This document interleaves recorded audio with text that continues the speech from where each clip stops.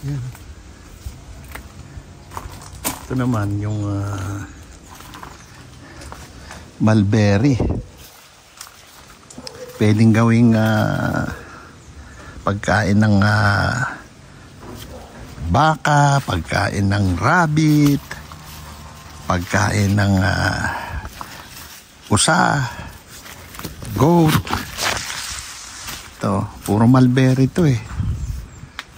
Ito mulberry rin to. May mga bunga na siya, oh. Ayan, oh. Oh. Yan po yung bunga ng mulberry, mga ka-Urban TV Vlog. Ayan, oh. Hindi pa yan hinog.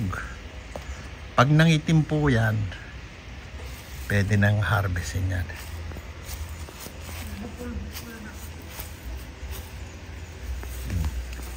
Yan.